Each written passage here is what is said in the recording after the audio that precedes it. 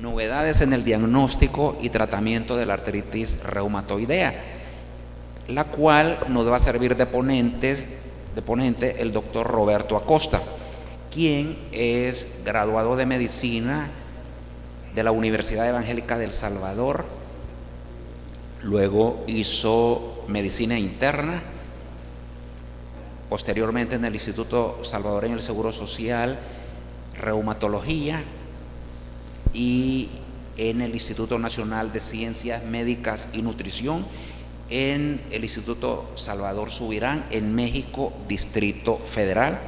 Pertenece a diferentes asociaciones médicas, incluyendo el Colegio Médico, Asociación de Reumatología, el Colegio Mexicano de Reumatología, el Consejo Mexicano de Reumatología, y tiene muchos trabajos de investigación, entre los cuales tenemos el estudio multicéntrico en los pacientes hospitalizados de artritis reumatoidea en El Salvador. Doctor Acosta. Gracias, doctor.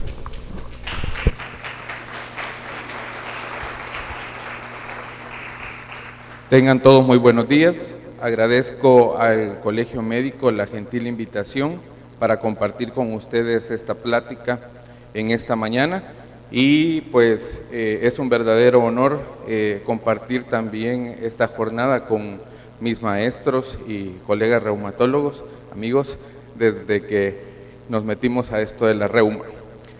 Esta mañana vamos a hablar un poco sobre las novedades en el diagnóstico y tratamiento de la artritis reumatoide.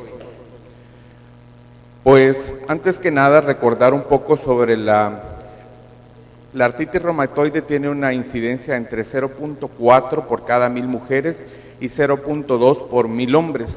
Como vemos, es una enfermedad, como muchas de las enfermedades reumatológicas, que afectan en mayor medida a las mujeres, en una relación aproximada de 9 mujeres por cada hombre. Se ha descrito una prevalencia de alrededor del 0.4 a 1% en diversas poblaciones a nivel mundial. Dentro de la fisiopatogenia de la artritis reumatoide, tal vez es importante destacar que algunos factores ambientales, como por ejemplo el tabaco, la periodontitis, están ahorita relacionadas con el desarrollo de la enfermedad. La perfiromona gingivalis es una de las bacterias que está ahorita, que se ha encontrado que tiene relación con el desarrollo de la artritis reumatoide, y también las alteraciones a nivel de la microbiota intestinal. Hay algunos factores epigenéticos, algunos genes de susceptibilidad, como vamos a ver, que pues provocan una estimulación de algunas proteínas citrulinadas presentes. En cuanto a la fisiopatogenia de la artritis, pues ya conocemos que hay una asociación bien establecida con el locus del antígeno leucocitario humano, el HLA-DRB1, en pacientes con artritis reumatoide y péptidos cíclicos citrulinados positivos. Esto es bien importante, lo vamos a leer en mucha de la información que encontramos en la literatura actual, que es el llamado epítope compartido, que son algunos alelos que contienen este aminoácido que confiere una susceptibilidad mayor para el desarrollo de la enfermedad. Incluso se han realizado algunos estudios en algunas poblaciones en los que únicamente se tiene esta cadena de aminoácidos y pues esas personas han tenido mayor probabilidad o han desarrollado artritis reumatoide en un futuro. En cuanto a la fisiopatogénesis y los procesos autoinmunes, así a vuelo de pájaro, pues sabemos que algunas reacciones que dependen de la coestimulación a nivel de células dendríticas, linfocitos B y linfocitos T, cuando interactúan con algunas citrulinas o con algunas proteínas citrulinadas, provocan todos un cambio autoinmune a nivel de la membrana sinovial y activan una serie de procesos en los que tienen que ver macrófagos, neutrófilos, osteoclastos, condrocitos, y esto va ocasionando un feedback positivo que finalmente nos llevan a la liberación de muchas sustancias inflamatorias como en el TNF, por ejemplo, la interleucina 6, que perpetúan el daño articular y las erosiones en pacientes con artritis reumatoide. Las citocinas más abundantes en las articulaciones son aquellas que se correlacionan con el daño articular, como son el factor de necrosis tumoral, la interleucina 1. Y se han dado muchas sorpresas en el estudio de las citocinas y de las células que intervienen en la patogénesis de la artritis reumatoide, en los cuales podemos mencionar las TH1 como proinflamatorias, el interferón, la linfotoxina y la interleucina 2, y las TH2 como la IL4, L5, IL10, IL13, y las TH17, un poquito más nuevas, con la IL17 y la IL22. Todos estos hay que tomar en cuenta que no solo son citocinas relacionadas con el desarrollo o con la patogénesis de la artritis reumatoide, sino también que son objetivos terapéuticos para el desarrollo de nuevos medicamentos en el futuro. La historia clínica del paciente con artritis reumatoide pues se presenta típicamente con poliartritis de pequeñas articulaciones, en las manos principalmente. Vemos cómo se pueden estar afectadas las articulaciones metacarpofalángicas, las interfalángicas proximales, y así podemos ver también cómo se van involucrando articulaciones de muñecas, codos, rodillas, tobillos, las metatarsofalángicas, y muy importante, el paciente refiere rigidez matutina que puede pasar de 1 hora. Ojo cuando tengamos que diferenciarlo con la osteoartritis, que también puede provocar un poco de rigidez. Y también recordar que en la osteoartritis pues vamos a tener una mayor afección de las articulaciones interfalángicas distales, lo cual no da la artritis reumatoide. Entre las características clínicas, pues, se caracteriza por inflamación sinovial e hiperplasia, sinovitis. Este término tenemos que relacionarnos con él para saber qué es la inflamación articular. Se forma el famoso panus, ¿verdad?, que es como un colchoncito, decimos nosotros, alrededor de las articulaciones, y ahí es donde se están llevando a cabo pues todos los procesos inflamatorios. No únicamente afecta las articulaciones, sino que podemos tener algunas otras implicaciones sistémicas. La artritis reumatoide afecta, pues puede tener desórdenes cardiovasculares, pulmonares, fisiológicos y también los musculoesqueléticos. Aquí vemos algunas fotografías de daño articular avanzado en la enfermedad. Esto es con lo que nosotros los reumatólogos peleamos del día a día para tratar de que el paciente pues no llegue a tener una discapacidad por la enfermedad, ¿verdad? Ven aquí cómo hay una desviación cubital, prácticamente pues quedan inválidos los pacientes si no llegan a tener un tratamiento adecuado. De las manifestaciones o de las características más frecuentes, pues la desviación cubital, como vemos, es la consecuencia de la subluxación de las articulaciones metacarpofalángicas con la subluxación de las interfalángicas proximales hacia la cara palmar de la mano. Tenemos la deformidad en cuello de cisne también, que no es más que la hiperextensión de las interfalángicas proximales y la flexión de las interfalángicas distales. En cuanto a manifestaciones pulmonares, la artritis reumatoide puede ser responsable de dolor pleurítico, disnea, y también puede haber frote pleural y derrames pericárdicos. El derrame generalmente es exudativo, puede darnos una neumopatía intersticial con un perfil restrictivo y disminución de la capacidad pulmonar total. No es de extrañar que muchas veces los pacientes se presenten con un daño pulmonar previo por la misma citrulinización de las proteínas y posteriormente pues pueden encontrarse las manifestaciones articulares. Aquí vemos fibrosis avanzada en pacientes con artritis reumatoidea. El síndrome de Kaplan, que también tiene que ver con la aparición de algunos nódulos a nivel pulmonar, se describe entre las manifestaciones pulmonares de la enfermedad. Compromiso ocular. Recordemos que podemos tener, además de la resequedad que los pacientes pueden describir a lo largo del día, también algunas otras manifestaciones como escleritis, epiescleritis, y muchas veces pues son indicaciones de una evaluación adecuada por el oftalmólogo. Y un ajuste, hay que decirlo, del tratamiento inmunorregulador de estos pacientes. Entre las manifestaciones hematológicas pues podemos encontrar anemia generalmente del enfermo crónico, normocítica, normocrónica, elevación de la proteína C reactiva y la velocidad de eritrosedimentación, como ya lo estuvo explicando hace un ratito el doctor Rodríguez. También el famoso síndrome de Felty, que no es más que la combinación de neutropenia, esplenomegalia y una artritis reumatoide, y se ha relacionado también con algunos tipos de neoplasia, como por ejemplo la leucemia de linfocitos granulares grandes y el linfoma no Hodgkin. Algo bastante nuevo digo de la última década tal vez, es el riesgo cardiovascular en pacientes con artritis reumatoidea. Sabemos que las características inflamatorias de la enfermedad son las responsables del riesgo cardiovascular y la artritis por sí sola constituye un factor de riesgo no tradicional. Entonces, en las últimas revisiones de riesgo cardiovascular en estos pacientes, se recomienda que a los pacientes con artritis reumatoide, después de haber sacado, por ejemplo, el Framingham para riesgo cardiovascular, deberíamos de multiplicar el resultado por 1.5 para tener una estimación del verdadero riesgo cardiovascular que los pacientes con AR tienen. Los autoanticuerpos en artritis reumatoide y el diagnóstico. La autoinmunidad, que es la presencia de los anticuerpos y células T autorreactivas en sangre y líquido articular, es una característica de la artritis reumatoide. La distingue de otros desórdenes degenerativos articulares como la artritis psoriásica, la artritis reactiva o la misma osteoartritis.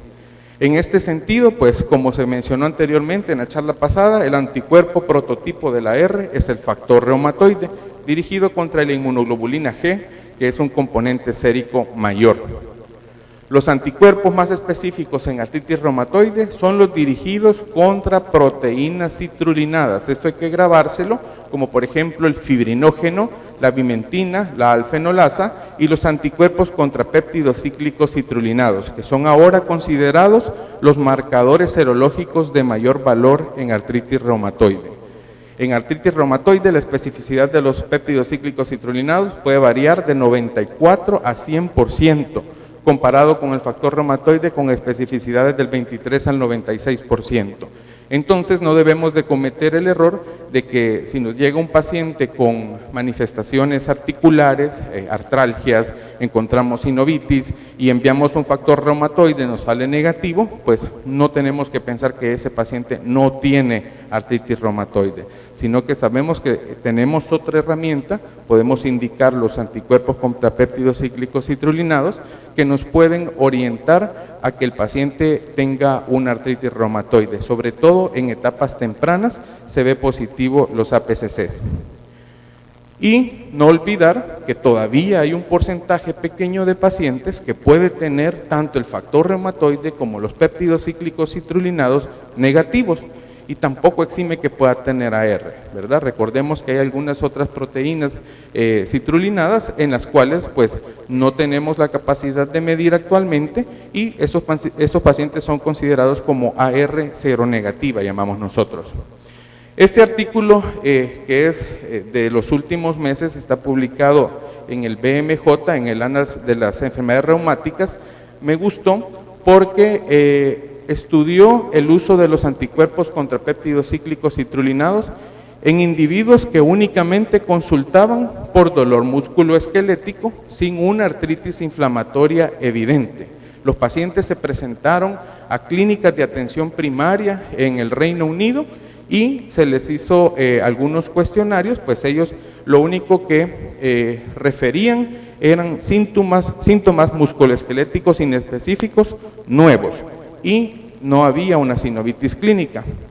Entonces el estudio se basó para ver cuántos de estos individuos con estas manifestaciones musculoesqueléticas progresaban rápidamente a una artritis inflamatoria y en particular artritis reumatoide.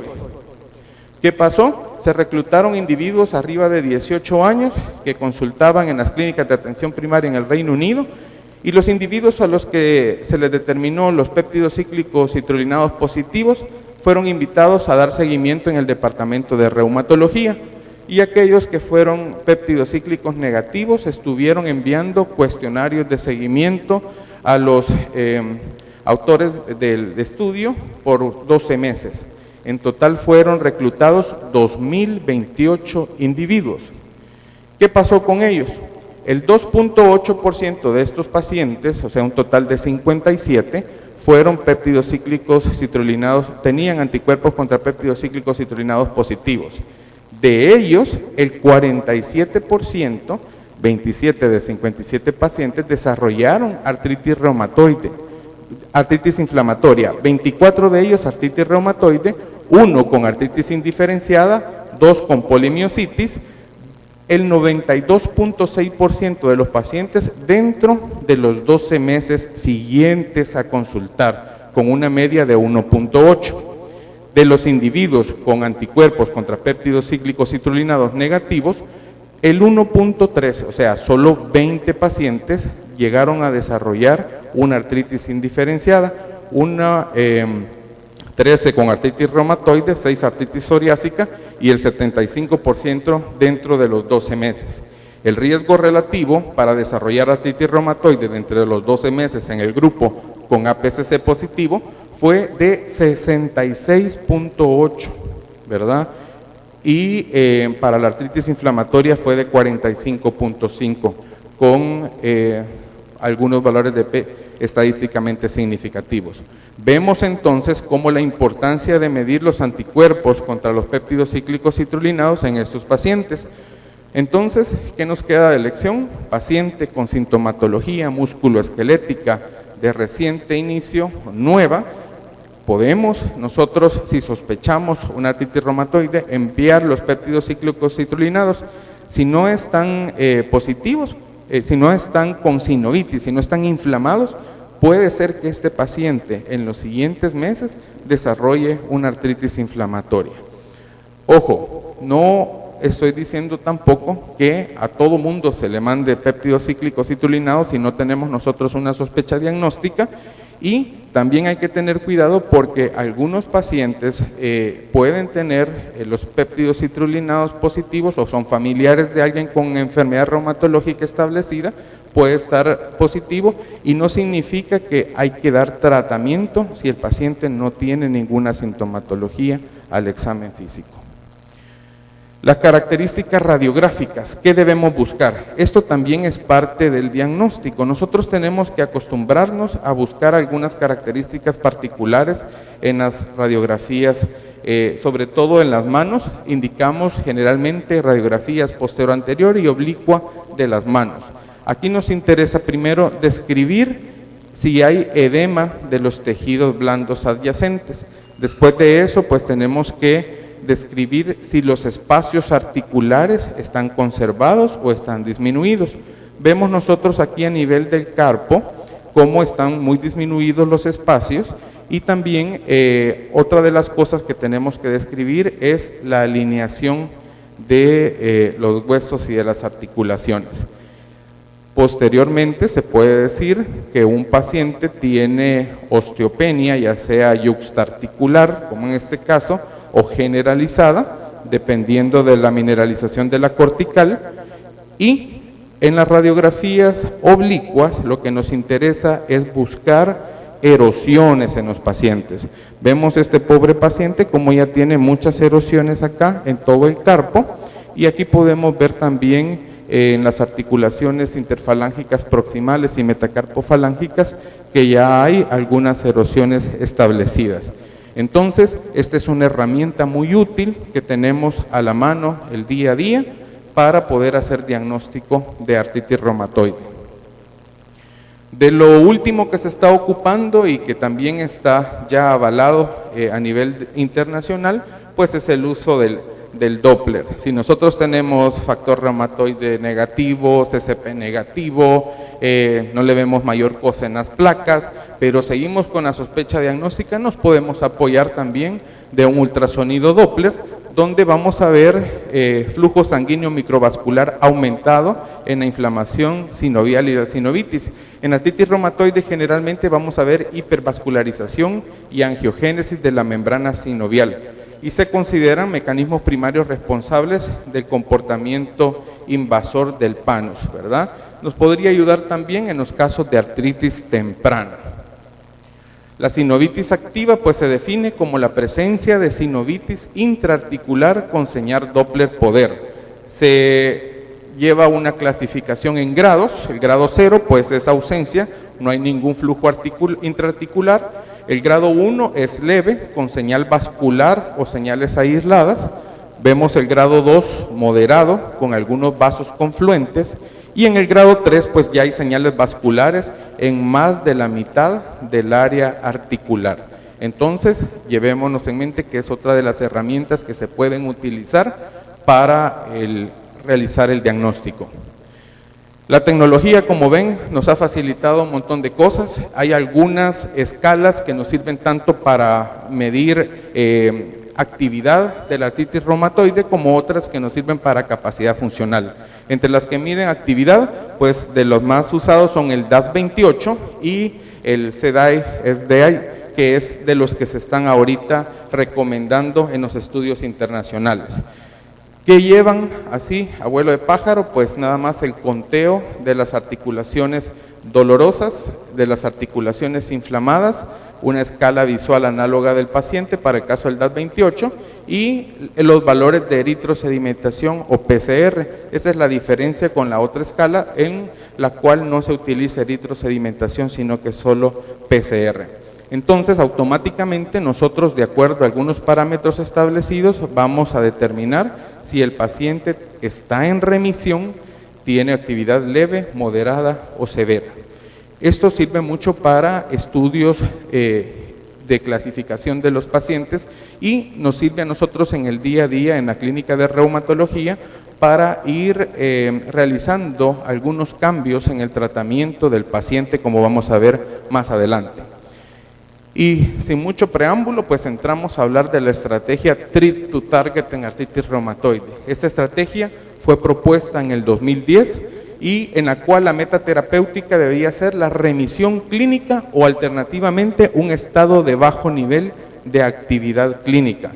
El reumatólogo mide y documenta la actividad de la enfermedad en cada visita y si el paciente no ha logrado la meta deseada, entonces se van haciendo los ajustes terapéuticos para lograrla. Originalmente, pues, se recomendaba una periodicidad de las visitas cada mes en los casos de mucha actividad clínica y cada 3 meses una vez que se alcanzaba la meta. ¿Qué pasó? Tenemos las recomendaciones más actuales que son las del 2014 donde ya hubo una actualización y quizás de lo más importante de esto fue que el objetivo primario de la artritis reumatoide debe ser un estado de remisión clínica. ¿A qué nos referimos con remisión clínica? Es la ausencia de signos y síntomas de la enfermedad inflamatoria activa. El uso de la clinimetría validada, como lo que acabamos de ver anteriormente, como el DAS28, para guiar decisiones de tratamiento y cambios en el tratamiento deben ser evaluados al menos cada 3 meses hasta lograr el control. La última parte, y quizás de lo más importante en la práctica diaria de la consulta, es que el reumatólogo o el médico debe involucrar al paciente para lograr la meta de tratamiento y control. ¿De qué me sirve a mí que pueda manejar excelentemente bien todos los fármacos modificadores de la enfermedad si le indico metrotexate a mi paciente y por intolerancia gástrica no se lo toma? No voy a llegar a controlar jamás la artritis reumatoide. En este sentido, nosotros tenemos que tener una comunicación adecuada con el paciente y buscar que tenga el apego a su tratamiento para lograr los objetivos terapéuticos. Esto era un poco de los que le mencionaban. En los últimos ensayos clínicos y nuevos medicamentos utilizados para el tratamiento de la artritis reumatoide, se propone dividir a los pacientes en 2 categorías, unos con AR temprana y otros con AR más avanzada. Se recomienda considerar aquellos pacientes de menos de 1 año de diagnóstico de artritis reumatoidea que nunca han recibido fármacos modificadores de la enfermedad, lo cual pues ya difiere un poco con la propuesta del 2015, donde se hablaba únicamente de pacientes con AR temprana, aquellos con duración de la enfermedad y síntomas menores de 6 meses. ¿Cuál fue la observación? Esto solo denotaba el inicio de los síntomas, no denotaba o no hablaba del diagnóstico de la enfermedad. Entonces, en ese sentido, se nos podían quedar allí algunos pacientes a los cuales no se trataran adecuadamente por considerarlos pues ya no en una etapa de artritis temprana. La clinimetría que se está recomendando, pues diferente al DAS28, era el cuadrito que estaba a la derecha, el CDI y el SDI, que son los que no incluyen la velocidad de eritrosedimentación para tratar de ver qué tan activo está el paciente. Esto por diversas razones, como ya escucharon con el doctor Rodríguez, a veces la metodología de realización de la eritrosedimentación puede tener algunas variaciones de un laboratorio a otro, o los métodos de realización son diferentes. Nos ha tocado tener pacientes con artritis reumatoide sumamente activa, que con una eritro bien hecha podrían estar entre 70, 80, y el laboratorio reporta a veces 6, 7 de eritrosedimentación, lo cual no es congruente. Ahora, entrando un poquito ya con los medicamentos que se utilizan en el tratamiento, pues los antiinflamatorios no esteroideos se consideraban los elementos básicos, pero hoy los consideramos como complementos nada más.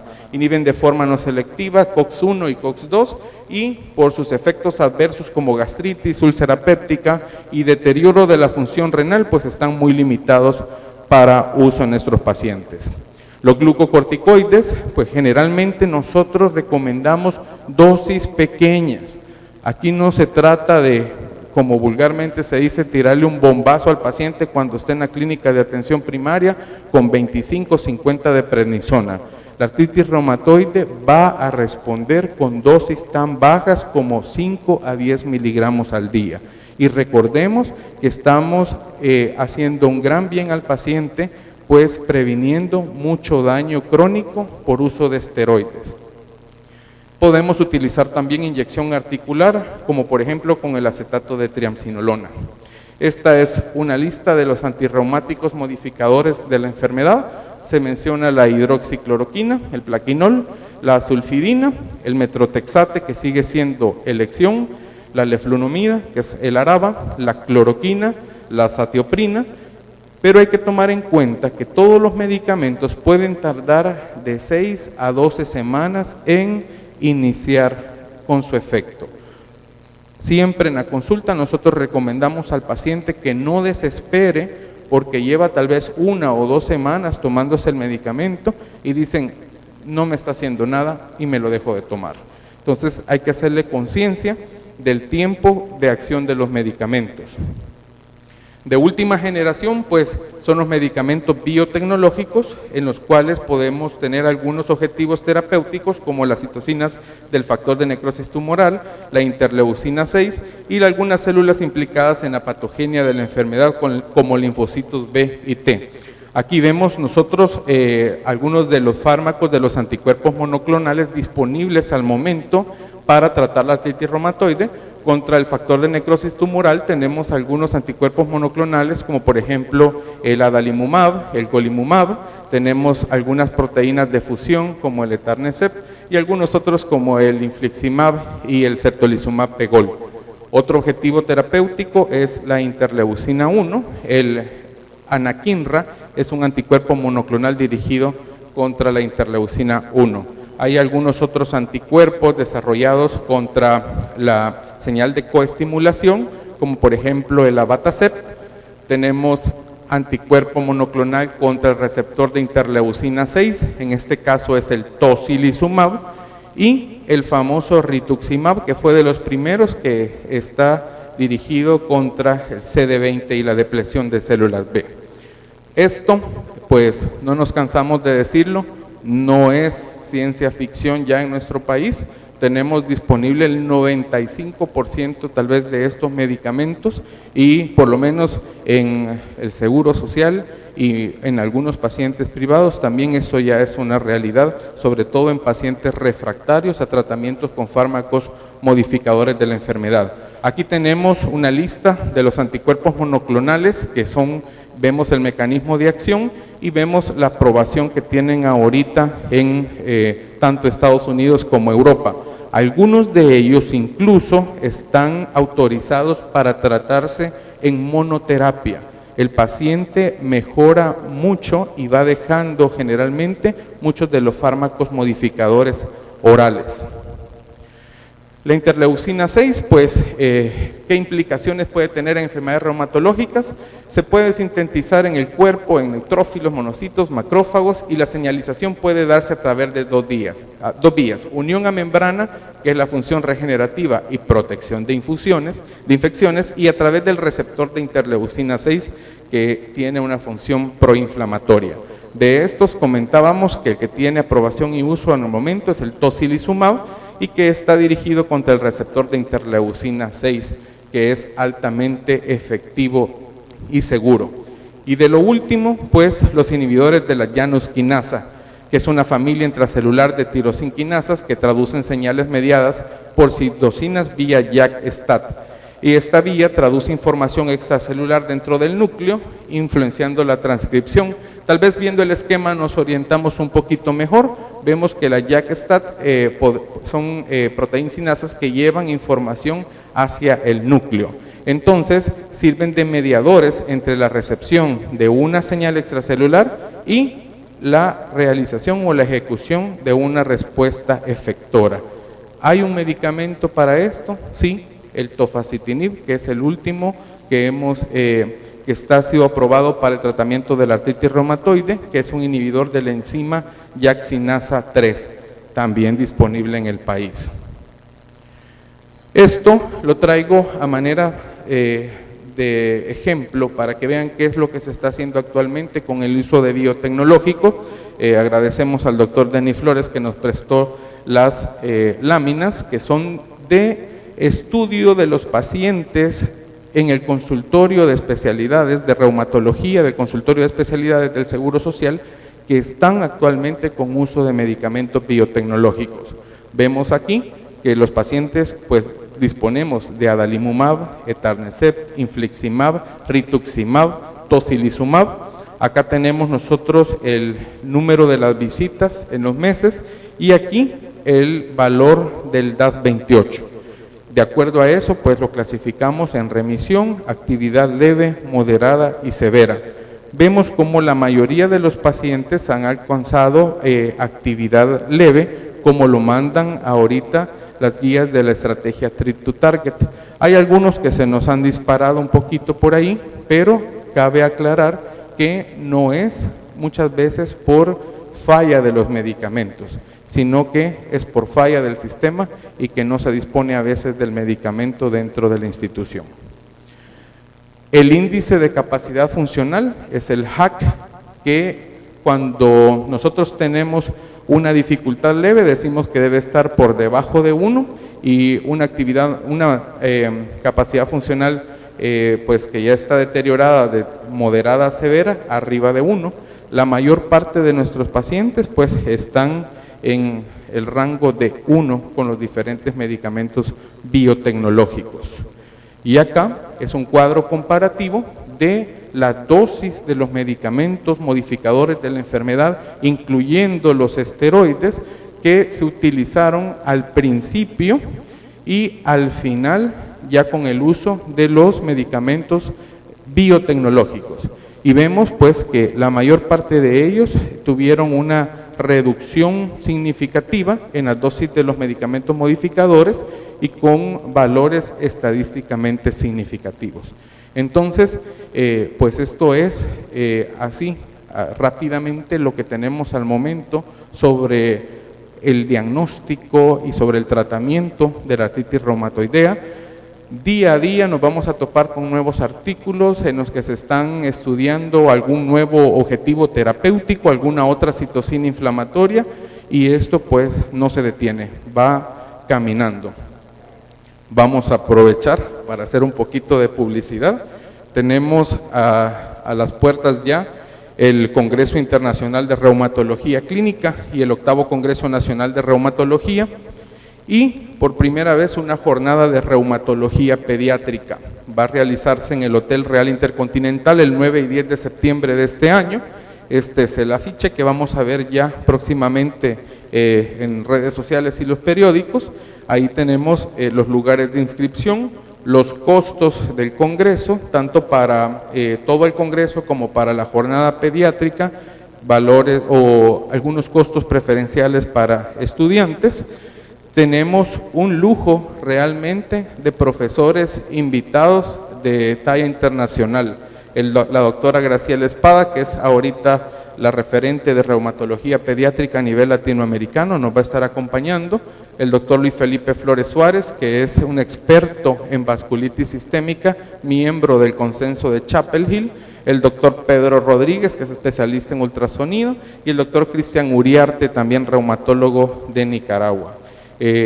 Agregamos a la doctora Latorre y el doctor Herrera, que son otros ponentes internacionales que nos van a estar acompañando. Esto es en primicia porque no está en ninguna parte todavía con respecto a los temas que se van a estar ventilando en el Congreso. Está muy variado, hay abordaje de las enfermedades reumáticas, del internista al reumatólogo, vamos a tocar temas de osteoartritis, qué pasa con las patogénesis y cuáles son los retos terapéuticos, las manifestaciones extraglandulares del síndrome de Sjögren, estrategias en el seguimiento del paciente con AR, actualización en miopatías inflamatorias. Vamos a también a tener un simposio sobre interleucina 6 como tratamiento de artritis reumatoide, lupus neuropsiquiátrico, vasculitis asociadas a anticuerpos contra el citoplasma de los neutrófilos y herramientas en el abordaje del paciente con enfermedad reumatológica, artropatía post-chikungunya, enfermedad relacionada con IgG4, que está muy nuevo esto ahorita. Vamos a tener la parte de las espondiloartropatías, la utilidad de los ANCA en reumatología, antifosfolípidos y embarazo, casos interesantes en reumatología, manejo de hipertensión pulmonar en pacientes con colagenopatía y uno de los temas más nuevos, hiperuricemia y las implicaciones sistémicas.